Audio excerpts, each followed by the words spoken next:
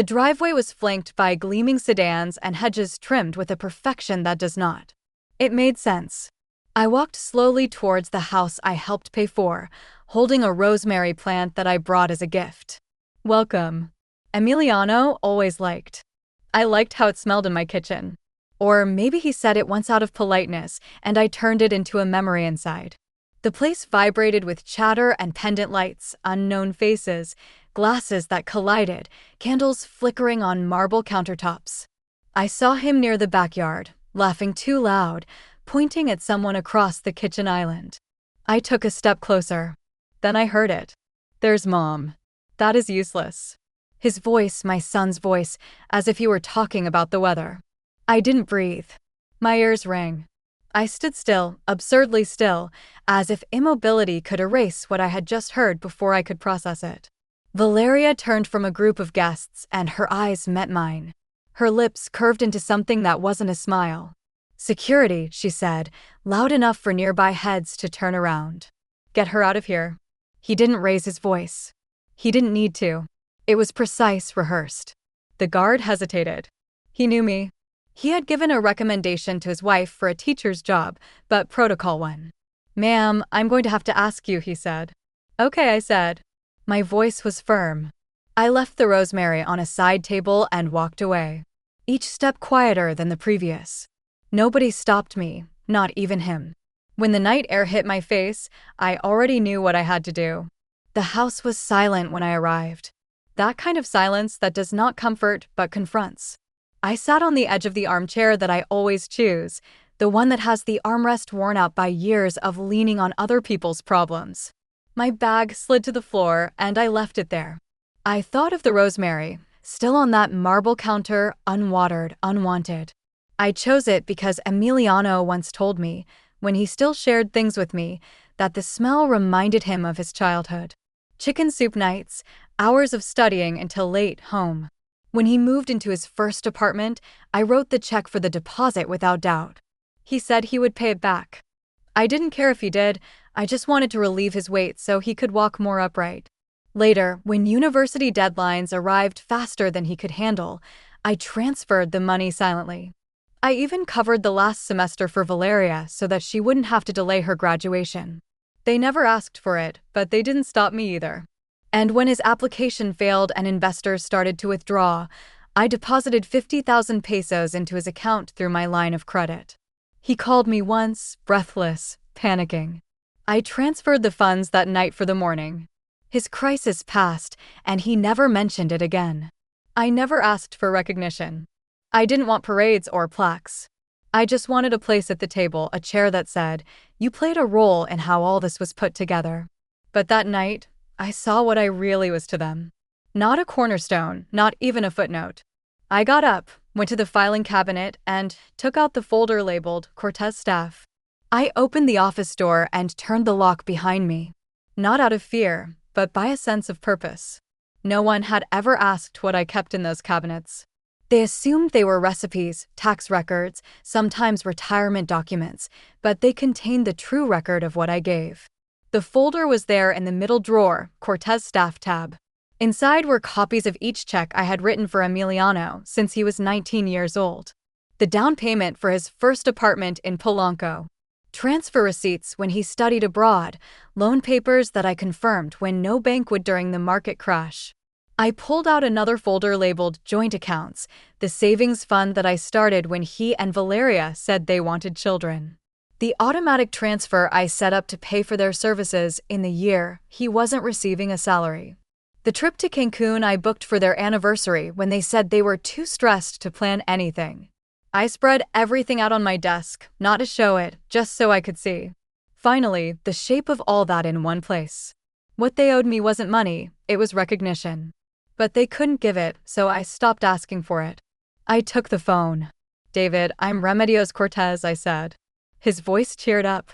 "Mrs. Cortez, good evening. I need to freeze all the joint accounts with immediate effect. Anything with the names of Emiliano or Valeria." A pause. "Is there a reason?" "There is. I also want to start the process to liquidate the Cortez Trust. Move it to a new vehicle, just in my name." Another shorter pause this time. "Yes, ma'am." I'll start it first thing in the morning. Then I called Linda, our travel coordinator. Cancel all future reservations under the Cortez household. Everything. I hung up. I exhaled once and gathered the documents into a new folder labeled Assets Held. The first call came at 11:14 p.m. I was still at the table, smoothing the corners of the folders I had just labeled, the ink still fresh on the tabs. The screen lit up with Emiliano's name. I watched it until it went dark again. 3 minutes later, the second call. Then another. No voicemail, just a constant rhythm of silence trying to become noise. By the time I turned the phone towards me, there were 9 missed calls. A message appeared. Mom, are you okay? I think something's wrong with the accounts. My card doesn't work. I didn't answer. Another call. Then a voice message. Then Valeria's name appeared. Remedios, we really need to talk. This could be a misunderstanding. We can just reboot. Restart. That word tasted bitter to me, as if I was a device that reboots after a failure, as if years of giving in silence could be restarted with a polite request. I went to the kitchen and made tea. I let the kettle scream before turning off the stove. I let the cup sit too long. I took it anyway. At midnight, the phone vibrated again. 17 missed calls. A new message from Emiliano. It's because of what Valeria said. It was out of place. But come on. You know we didn't mean it. But they did, and even if they hadn't, they didn't stop. I silenced the phone and left it on the windowsill. Outside, the garden hummed softly in the darkness.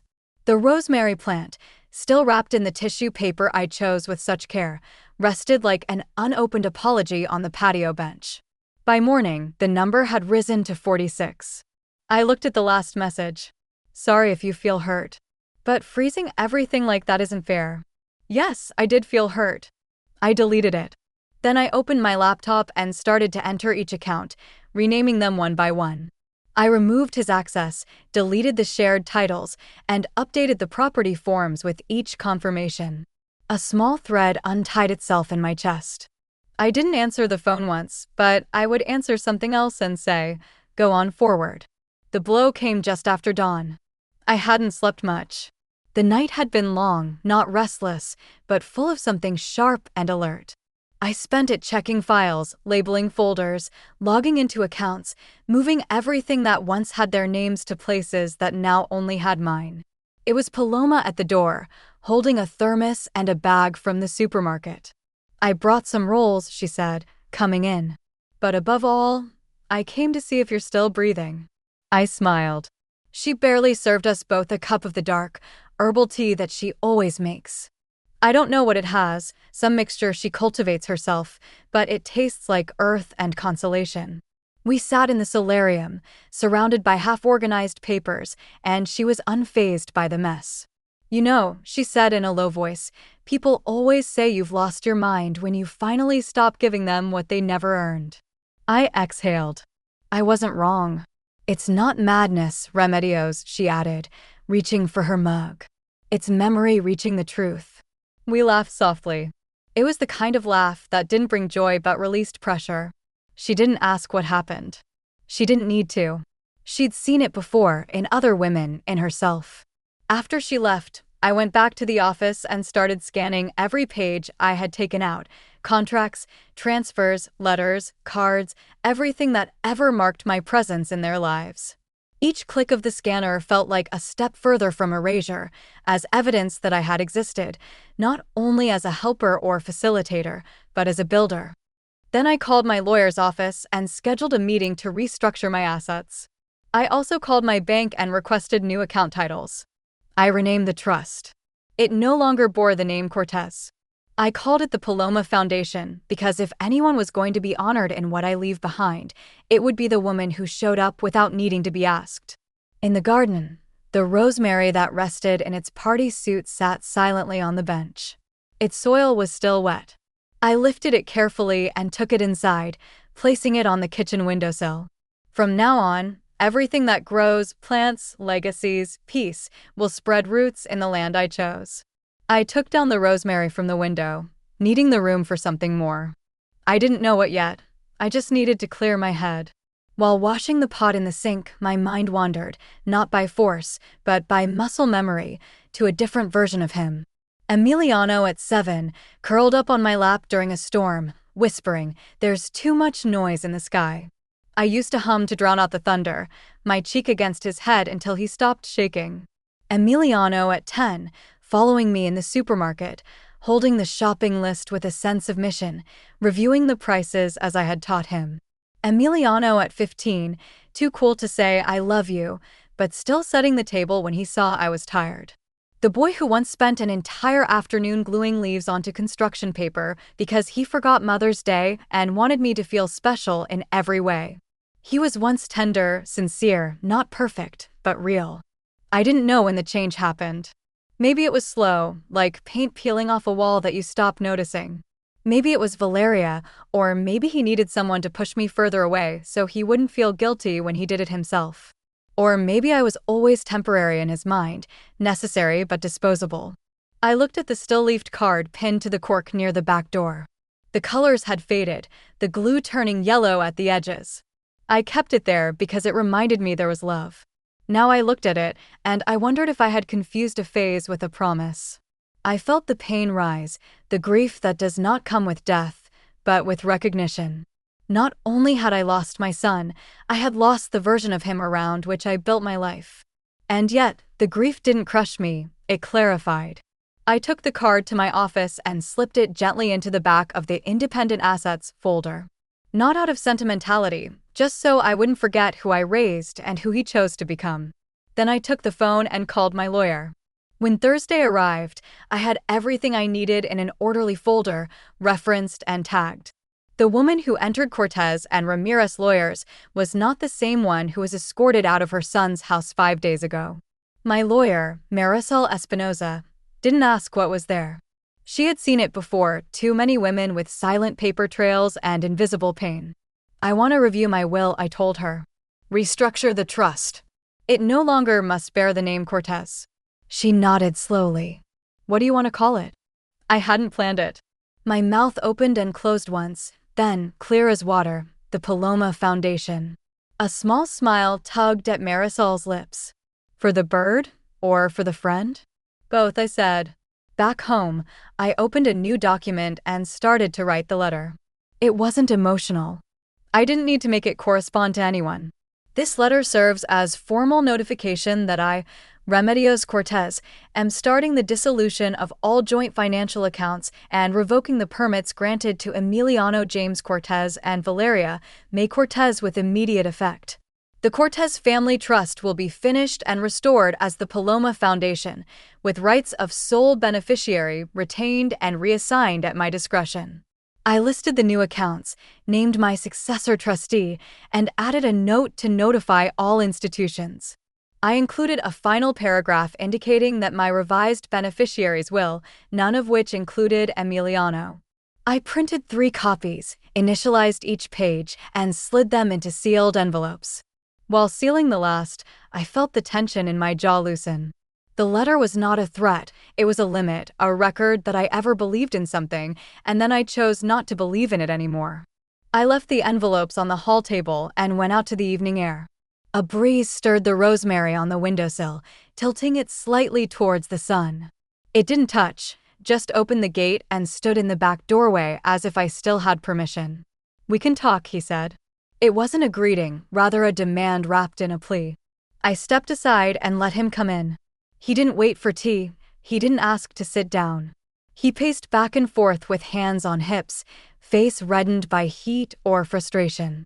"Why would you do this?" he started. "How could you freeze the accounts, liquidate the trust, cancel the trip?" I sat at the kitchen table with my hands crossed. "Because I was never on the guest list, Emiliano, only on the bill." His jaw tightened. "This isn't you, Mom. It's dramatic." I got up, went to the office, and came back with only one folder. I put it on the table between us. The label, written in my handwriting, proof that you forgot me. He didn't open it. "I did license plates," I said, moving to the first tab. "You confirm loans, grants for businesses, tax payments, your down payment, Valeria's car title, invoices, services for the first apartment, nanny fees I never claimed." He looked, now in silence. You said I was useless, I said in a calm voice.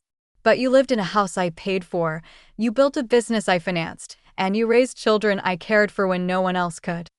I didn't mean it that way, he said, quieter. You said it, I replied. Silence spread. He reached for one of the papers, read it halfway, and let it fall. You can't just erase us, he said. I shook my head. I'm not erasing anyone. I'm just removing myself from where they never saw me. He left without slamming the door. The folder was left on the open table. I didn't close it.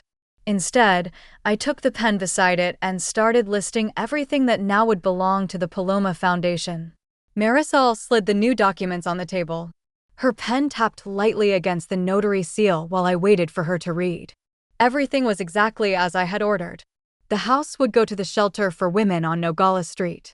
I used to donate there once a year, wearing coats and canned food. Now they would have a permanent residence, something solid to accommodate people who seek to find their place again. The Paloma Foundation, recently incorporated, would fund scholarships for adult women who return to study, especially single mothers without family support. I had already selected the first beneficiary, Shermina, a young woman I mentored in the literacy program years ago. She works at night, studies nursing by day, raising a child who reminds me too much of another young Emiliano. She always sends handwritten notes of gratitude. My savings accounts, life insurance, and retirement funds were divided between these two pillars: a home for the forgotten, a future for the determined. Emiliano's name was nowhere, not even in a footnote, nor in an asterisk. At the end of the document, Marisol had inserted a clause I didn't ask for but appreciated, a personal letter included with the heritage documents to be delivered after my death. Not vindictive, just clear. I signed each page slowly, pressing the pen against the paper with firm hands, without hesitation, without rewriting. The ink dried without smudging. When we finished, Marisol gathered the pages, held them in a leather folder, and put it in her cabinet. It's done, she said. Outside her office, the street buzzed with its usual rhythm: horns, conversations, pedestrian crossings blinking. But inside me, everything had stopped in the best way. No guilt, no noise, just space. That night, back home, I walked to the garden and stood next to the rosemary. It had begun to bloom, small violet flowers hidden among the green. I bent down, broke off a small stem, and pressed it between the pages of my personal diary. In the morning, I would call the foundation board to schedule our first planning session. Mornings are different now. No alarms, no lists, no silent fear of what they will ask me to give next. I paint in the kitchen, where the light is better. Nothing professional, just slow brushstrokes on small canvases, herbs, roofs, sometimes faces that I remember in flashes, faces that were kind. Rosemary has tripled in size since I brought it back inside. I have added thyme and sage to the windowsill. I dry what I don't use and take bunches to the shelter on Thursdays. When I help serve lunch, Jimena sometimes stops by, smiling in her nurse's uniform, her child following her around, curious about everything. Now there is a rhythm, a smooth cycle of giving that never empties me. The Paloma Foundation is growing faster than I expected. We funded 5 scholarships this spring. A beneficiary sent a photo of her graduation cap decorated with the words, "Because someone believed." I printed it and put it next to the leaf card that Emiliano made years ago. Both came as children. Only one still feels real. This morning, the phone vibrated. A message from a number I know from memory. "Mom, I miss you." No apologies, no reflection, just those 4 words there like a stone. I looked at it for a long moment. Then I pressed delete. There are people who miss the version of me who never said, "No, I'm not her anymore." I put down my phone, put my hair up, and went out into the garden. The late summer sun warmed my shoulders. The bees moved lazily among the stems of the lavender. For a moment, everything stopped, not out of pain or anger, but for fullness. Inside, the teapot started whistling.